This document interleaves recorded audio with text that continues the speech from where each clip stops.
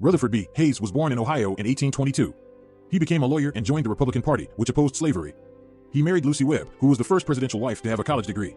During the Civil War, Hayes fought for the Union Army and was wounded 5 times. He rose to the rank of brevet major general by the end of the war. Hayes served in Congress and as governor of Ohio before running for president in 1876. He faced Samuel Tilden, a Democrat who had exposed corruption in New York. The election was very close and disputed. Tilden won more popular votes, but Hayes won more electoral votes by 1 vote. However, 4 states had conflicting results and sent 2 sets of electors each. To solve this problem, Congress created an electoral commission with 15 members from both parties and from different branches of government. The commission voted along party lines to give all disputed votes to Hayes, making him president by 185 to 184. But some Southern Democrats were not happy with this outcome. They threatened to block Hayes' inauguration unless he agreed to some demands. These included removing federal troops from Southern states, ending Reconstruction, appointing a Southerner to his cabinet, supporting Southern development, and protecting civil rights for black people.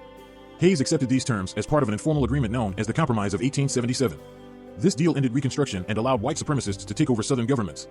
Many historians think that Hayes betrayed black people's rights by doing this. As president, Hayes tried to reform Washington after years of scandals under Ulysses S. Grant. He vetoed bills that he thought were wasteful or unfair.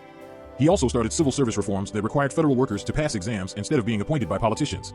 Hayes faced many challenges during his presidency, such as a nationwide railroad strike, 1877, that caused violence and disruption, a law that required silver money, 1878, that he opposed but could not stop, a law that limited federal troops, 1878, that made it harder to enforce laws, a massacre of Native Americans, 1879, that led to war, and a law that banned Chinese immigrants, 1882, that he thought was racist. Hayes kept his promise not to run for re-election after 1 term. He retired to his home in Ohio, where he worked on causes like education, prison reform, veterans welfare, world peace, and humanitarian aid.